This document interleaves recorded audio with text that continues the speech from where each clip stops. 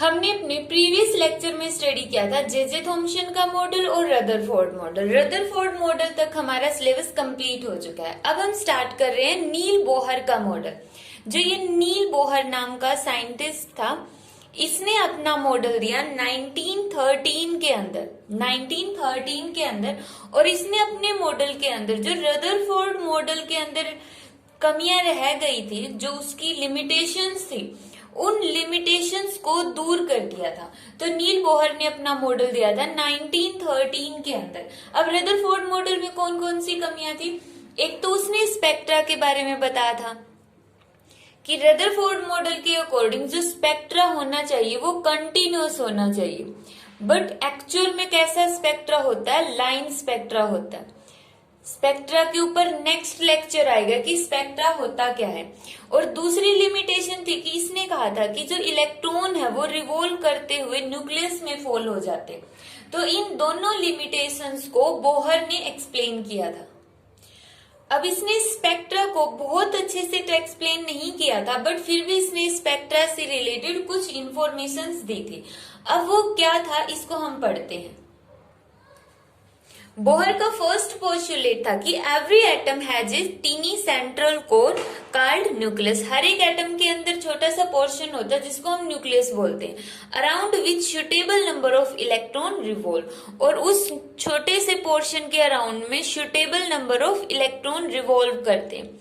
Suitable means depends upon the atomic number atomic number के ऊपर वो डिपेंड करेगा, और डिपेंड करेगा कि कौन से ऑर्बिट में कितने इलेक्ट्रॉन्स आ सकते हैं और कैसे ऑर्बिट में रिवॉल्व करेगा, इन सर्कुलर ऑर्बिट। अब जो ये वर्ड है ना, सर्कुलर ऑर्बिट, यही इसकी एक लिमिटेशन बनेगी। तो इस वर्ड को अभी के लिए याद रखना है कि इसने यहाँ पे वर्ड यूज किया कि इलेक्ट्रॉन रिवॉल्व करेंगे सर्कुलर ऑर्बिट में, ठीक है। The centripetal force required for revolution is provided by the electrostatic force of attraction. अब जो इलेक्ट्रॉन न्यूक्लियस के अराउंड में रिवॉल्व कर रही हैं, तो रिवॉल्व करने के लिए उनको पर्टिकुलर फोर्स की रिक्वायरमेंट होगी, या फिर बोल सकते हैं कि एनर्जी की रिक्वायरमेंट होगी। तो इनको सर्कुलर पाथ में रिवॉल्व करवाने के लिए जो सेंट्रीपिटल फोर्स की रिक्वायरमेंट है, वो सेंट्रीपिटल फोर्स कौन प्रोवाइड करता है? न्यूक्लियस पर पॉजिटिव चार्ज है और इलेक्ट्रॉन पर नेगेटिव, तो न्यूक्लियस इलेक्ट्रॉन को अपनी तरफ अट्रैक्ट करेगा। तो ये हो गया कूलम्स का दिया हुआ इलेक्ट्रोस्टैटिक फोर्स ऑफ अट्रैक्शन। तो यही इलेक्ट्रोस्टैटिक फोर्स ऑफ अट्रैक्शन क्या प्रोवाइड करेगा? Centripetal force. तो यहाँ पे सेंट्रीपिटल फोर्स का फॉर्मूला क्या होगा? mv² divide by r। और इलेक्ट्रोस्टैटिक फोर्स का फॉर्मूला क्या होगा? Q1 Q2 divide by r²। अब यहाँ पे Q1 की वैल्यू कितनी होगी? इलेक्ट्रॉन पर चार्ज, और Q2 कितना होता है? न्यूक्लियस पर charge, divide by r²। Negative नहीं लिखना है, क्योंकि कूलम्स लॉ के अकॉर्डिंग, जो कूलम्स ने अपना लॉ दिया था, उसमें यहाँ पे चार्ज का मैग्नीट्यूड होता है, ना कि सिंपल चार्ज। चार्ज का हम मैग्नीट्यूड लेते हैं कूलम्स लॉ के अंदर। तो force directly proportional to magnitude of first charge multiply by magnitude of second charge and inversely proportional to square of distance। इसलिए यहाँ पर हमने इलेक्ट्रॉन का जो नेगेटिव साइन है वो इंक्लूड नहीं किया है। तो ये था इसका फर्स्ट पोस्टुलेट। तो बेसिकली फर्स्ट पोस्टुलेट में इसने ये बताया है कि जो इलेक्ट्रॉन है वो न्यूक्लियस के अराउंड में सर्कुलर पाथ में रिवॉल्व करेंगे, और उनके रिवोल्यूशन के लिए जितने फोर्स की रिक्वायरमेंट होगी वो कौन देगा? कूलम्स का इलेक्ट्रोस्टैटिक फोर्स ऑफ अट्रैक्शन। अब हम देखते हैं इसका सेकंड पोस्टुलेट। सेकंड पोस्टुलेट में बोहर ने कहा कि electron revolve only in certain discrete non radiating orbit. ये जो वर्ड है ये इंपॉर्टेंट है, non radiating orbit called stationery orbit. अब बोहर के अकॉर्डिंग जो इलेक्ट्रॉन है वो न्यूक्लियस के अराउंड में रिवॉल्व करेंगे, तो उन ऑर्बिट का नाम इसने दिया स्टेशनरी ऑर्बिट। Stationery orbit. अब स्टेशनरी ऑर्बिट का मीनिंग ये नहीं है कि इसमें इलेक्ट्रॉन रेस्ट में है, इसका मीनिंग ये नहीं होगा। स्टेशनरी ऑर्बिट का मतलब ये है कि जो इलेक्ट्रॉन रिवॉल्व करेगा वो एनर्जी को रेडिएट नहीं करेगा, एनर्जी को रेडिएट नहीं करेगा। जैसे कि रदरफोर्ड ने कहा था कि इलेक्ट्रॉन न्यूक्लियस के अराउंड में रिवॉल्व करता हुआ न्यूक्लियस में फॉल हो जाता है। क्यों? क्योंकि वो लगातार एनर्जी को रेडिएट कर रहा है, तो उसकी एनर्जी कम हो जाएगी, तो उस टाइम पे वो न्यूक्लियस में फॉल हो जाएगा। तो बोहर ने कहा कि ऐसा नहीं होता, वो एनर्जी को रेडिएट नहीं करेगा। इलेक्ट्रॉन एक पर्टिकुलर ऑर्बिट में एक पर्टिकुलर वैल्यू के साथ रिवॉल्व करते हो, जो उनकी एनर्जी होगी उस ऑर्बिट के अंदर इलेक्ट्रॉन की एनर्जी फिक्स होगी। अगर वो इलेक्ट्रॉन उसी ऑर्बिट में रिवॉल्व करता रहता है तो उसकी एनर्जी चेंज नहीं होगी, वो एनर्जी सेम रहेगी। इसीलिए हम बोलते हैं स्टेशनरी ऑर्बिट। मतलब स्टेशनरी का मतलब वहां पर उस ऑर्बिट में इलेक्ट्रॉन की एनर्जी है वो सेम रहेगी। तो यहाँ पे ये होता है स्टेशनरी का मीनिंग। ये इन्होंने यहाँ पे वर्ड ऐड कर दिया नॉन रेडिएटिंग। नॉन रेडिएटिंग का मतलब एनर्जी को रेडिएट नहीं कर रही है। तो इसके लिए इसने बताया कि जो टोटल एंगुलर मोमेंटम होता है रिवॉल्विंग इलेक्ट्रॉन का is an integral multiple of h divide by 2 पाई। यहाँ पे इसने कहा कि जो इलेक्ट्रॉन अब सर्कुलर पाथ में रिवॉल्व करेगा तो वहां पे उसका मोमेंटम कैसा होगा, एंगुलर मोमेंटम।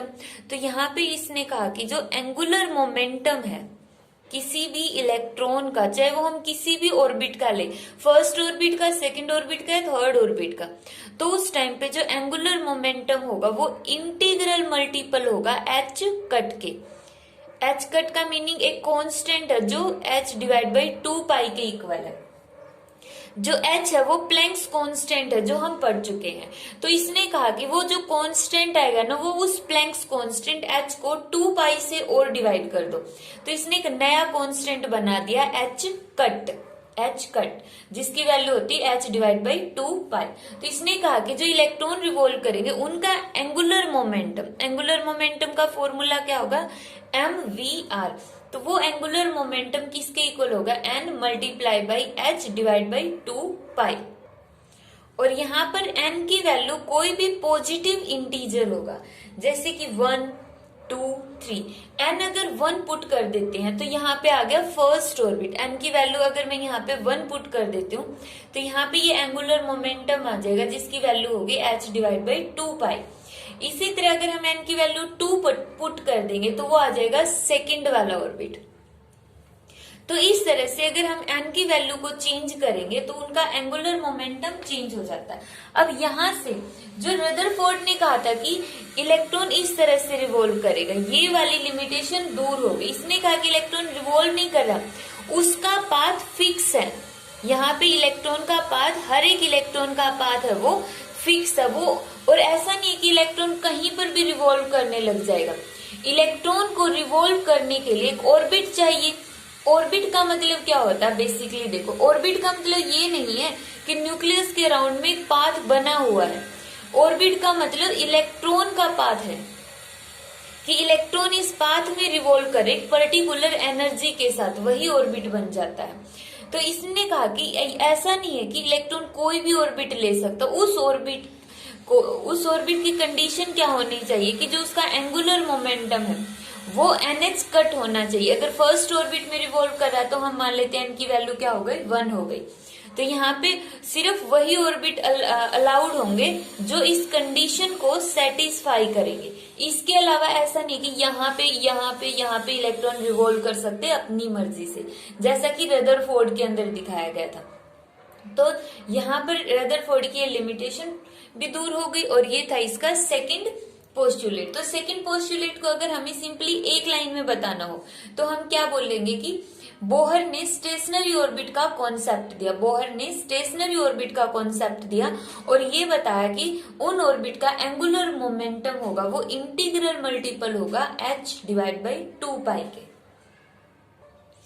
बोहर का थर्ड पोस्टुलेट है the emission and absorption of energy occurs only when an electron jumps from one of its stationary orbit to other. For example, हम यहाँ पे मान लिया ये न्यूक्लियस हो गई, यहाँ पे हो गया फर्स्ट ऑर्बिट और ये हमने मान लिया सेकंड ऑर्बिट।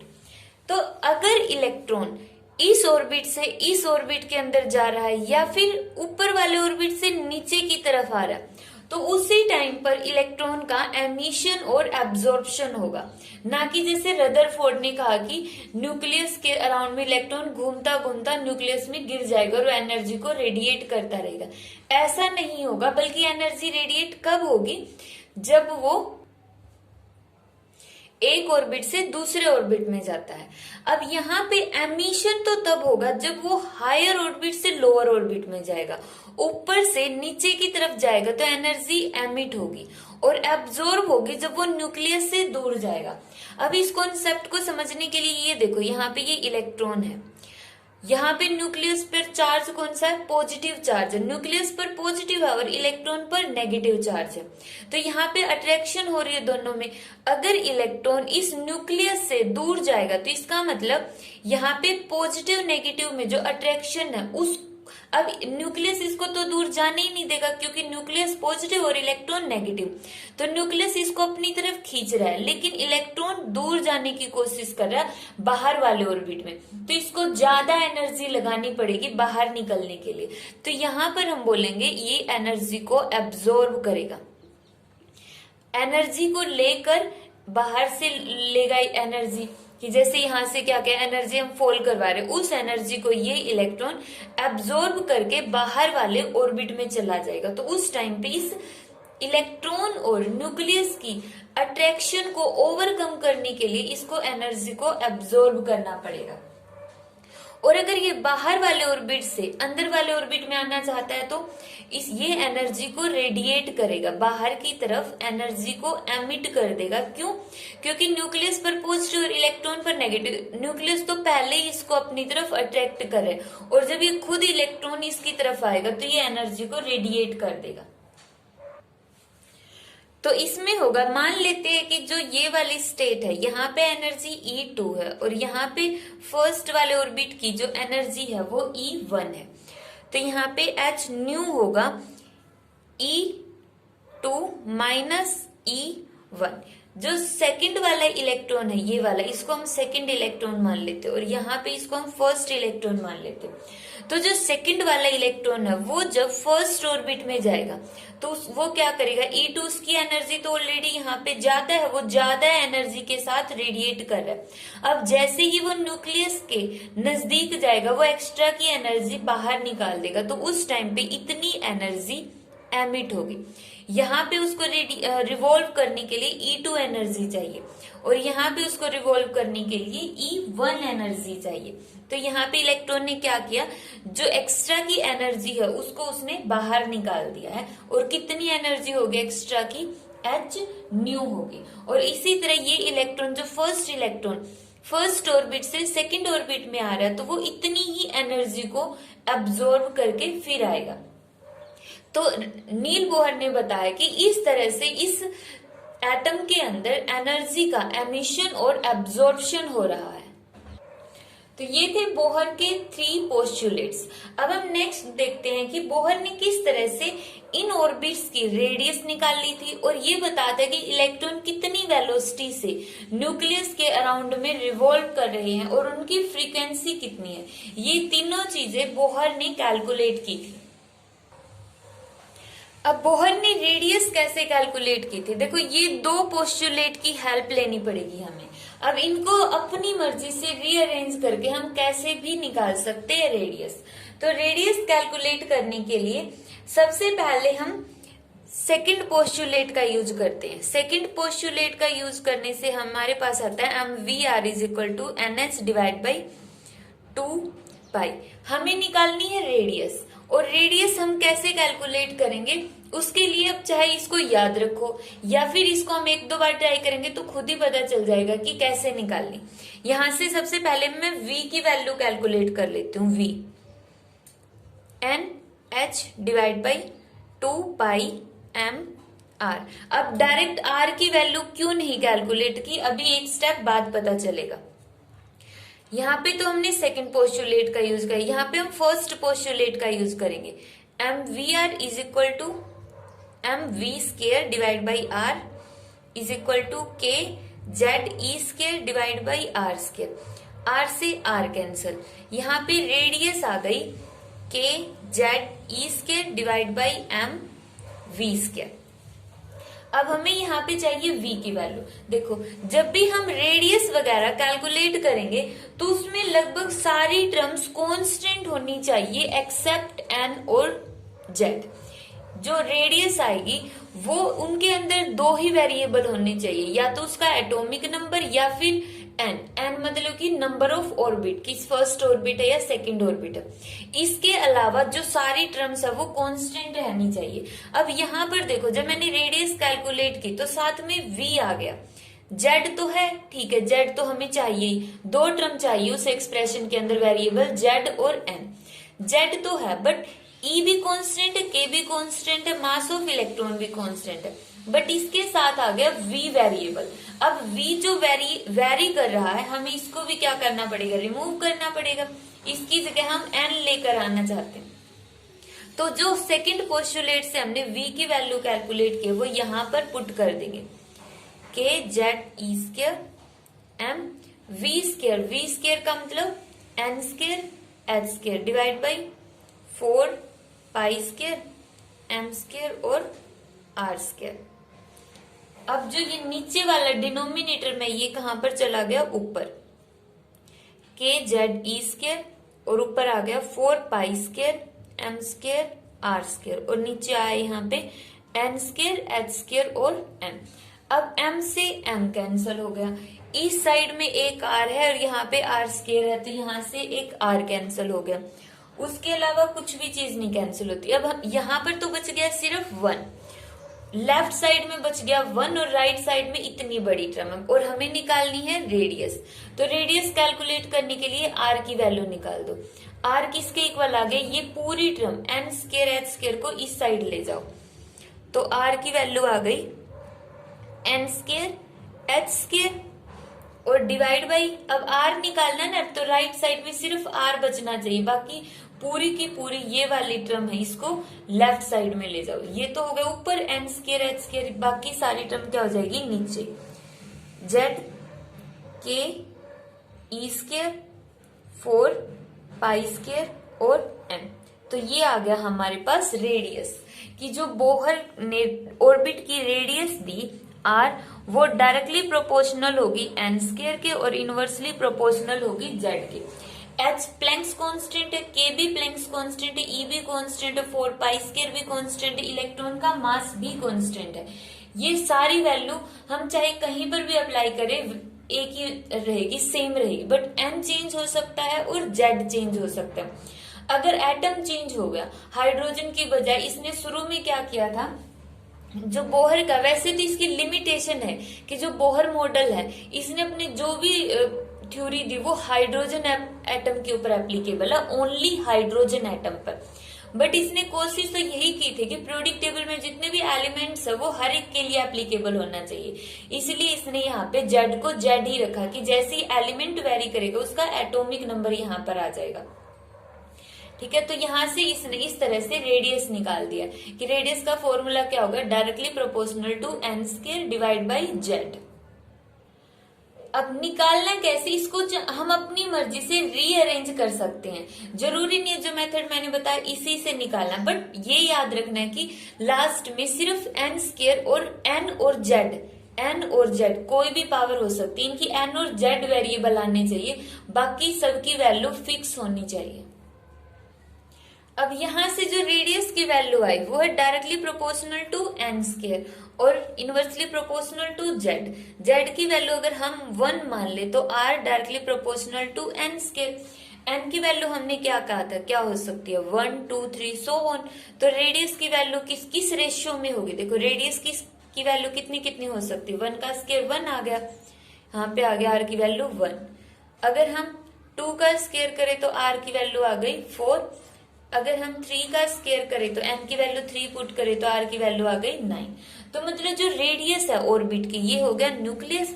न्यूक्लियस के सेंटर से जो फर्स्ट ऑर्बिट है वो 1 की डिस्टेंस पर है, फिर सेकंड ऑर्बिट होगा वो कितने की डिस्टेंस पर होगा, 4 की डिस्टेंस पर होगा।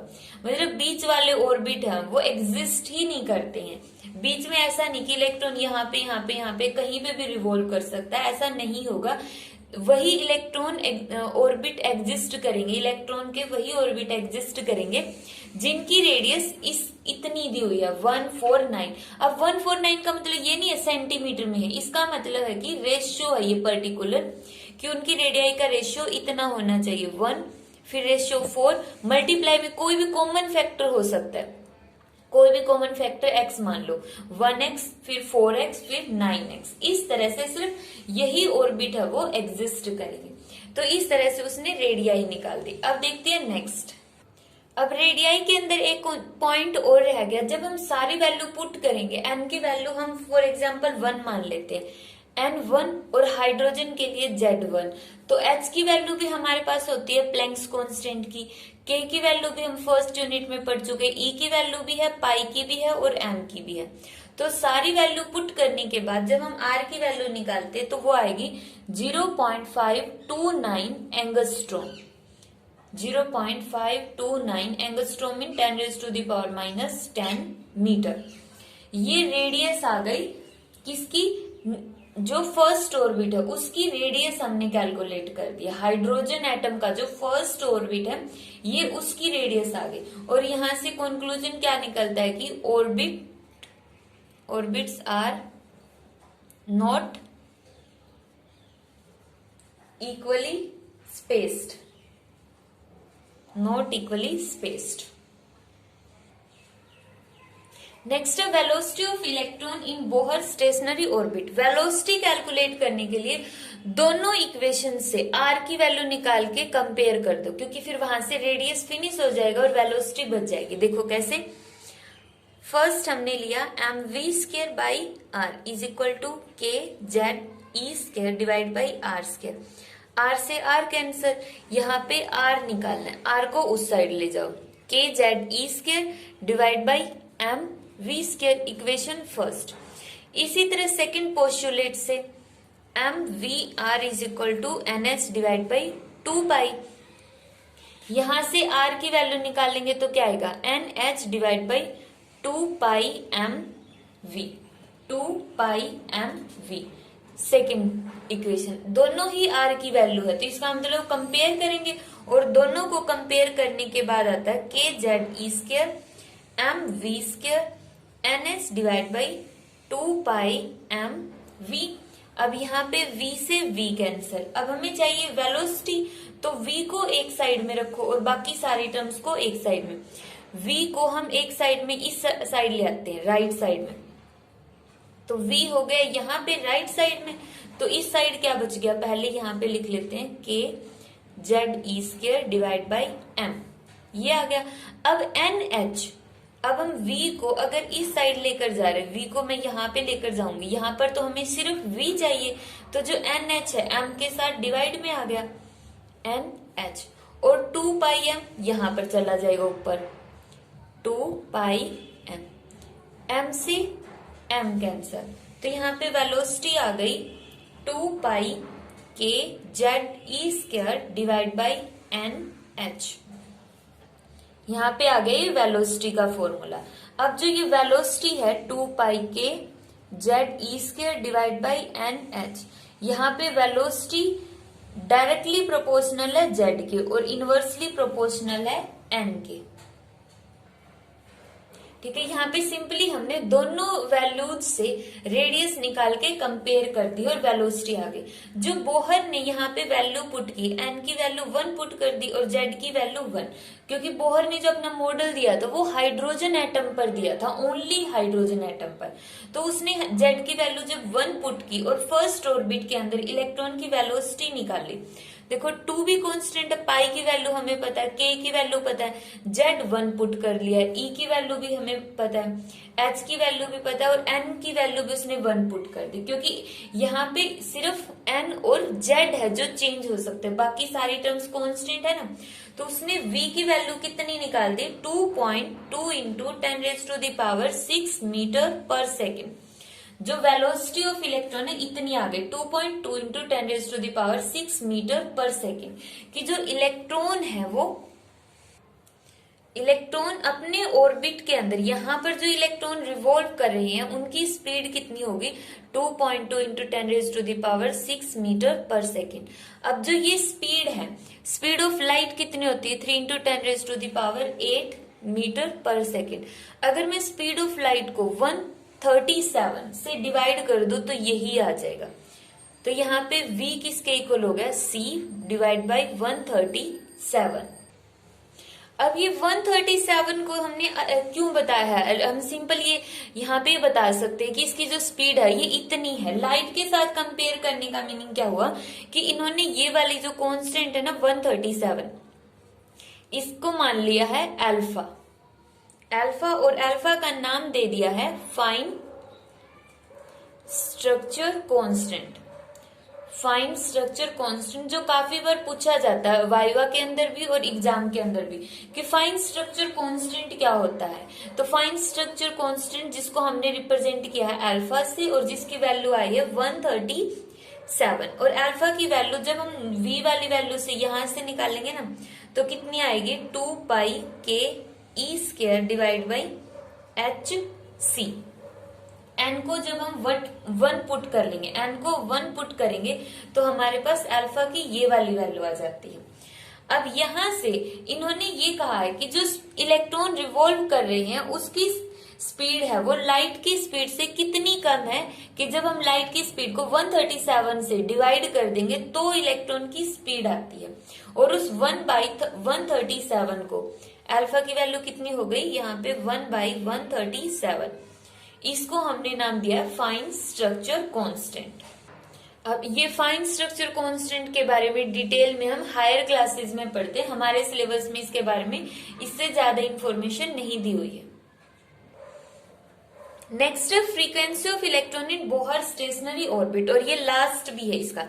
फ्रीक्वेंसी का मतलब क्या होता है, नंबर ऑफ रिवोल्यूशन कंप्लीटेड पर second by the electron in stationery orbit, कि जो नंबर ऑफ रिवोल्यूशन है एक सेकंड के अंदर इलेक्ट्रॉन ने न्यूक्लियस के अराउंड में अपने ही ऑर्बिट में कितने रिवोल्यूशन कंप्लीट किए हैं उसको हम क्या बोलते हैं, फ्रीक्वेंसी बोलते हैं। अब फ्रीक्वेंसी के निकालने के लिए हम क्या करेंगे, इलेक्ट्रॉन रिवॉल्व कर रहा है मतलब कितनी स्पीड से रिवॉल्व कर रहा है उसकी एंगुलर स्पीड होगी, एंगुलर वेलोसिटी बोलो बल्कि एंगुलर वेलोसिटी होगी। एंगुलर वेलोसिटी का फॉर्मूला क्या होगा, omega is equal to linear velocity divide by radius. अब एंगुलर वेलोसिटी को हम क्या लिख सकते हैं, 2π फ्रीक्वेंसी v बाय आर। यहां से फ्रीक्वेंसी किसके इक्वल होगा, v बाय 2πr। ये आ गई फ्रीक्वेंसी। अब फ्रीक्वेंसी v क्या होगी, वेलोसिटी, और 2πr, r क्या हो गई, रेडियस।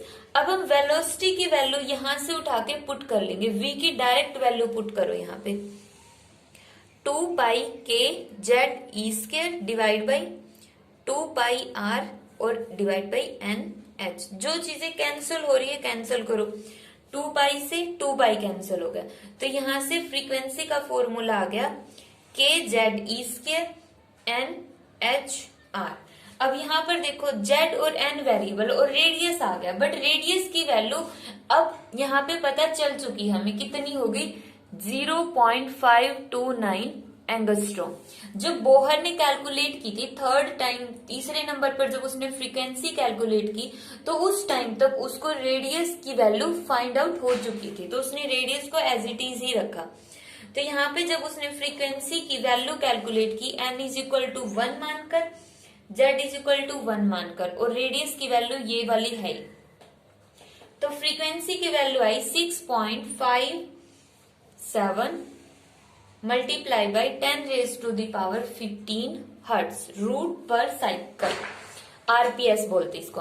रूट हर्ट्ज की जगह हम ये भी लिख सकते हैं root per cycle, revolution per cycle, बल्कि रिवोल्यूशन पर साइकिल मीन्स एक सेकंड के अंदर वो इतने रिवोल्यूशन कर सकता। मीन्स इमेजिन कि एक सेकंड के अंदर मैं एक ही सर्कल बना सकती हूँ या 2 सर्कल बना सकती हूँ, बट इलेक्ट्रॉन है वो 6.57 इंटू 10⁻15 रिवोल्यूशन कंप्लीट कर रहा है यहाँ पर न्यूक्लियस के चारों तरफ। तो ये था फ्रीक्वेंसी ऑफ रिवॉल्विंग इलेक्ट्रॉन, कि जब कोई भी इलेक्ट्रॉन स्टेशनरी ऑर्बिट में रिवॉल्व करता है तो वो 1 सेकंड के अंदर इतने रिवॉल्यूशन कंप्लीट करता है।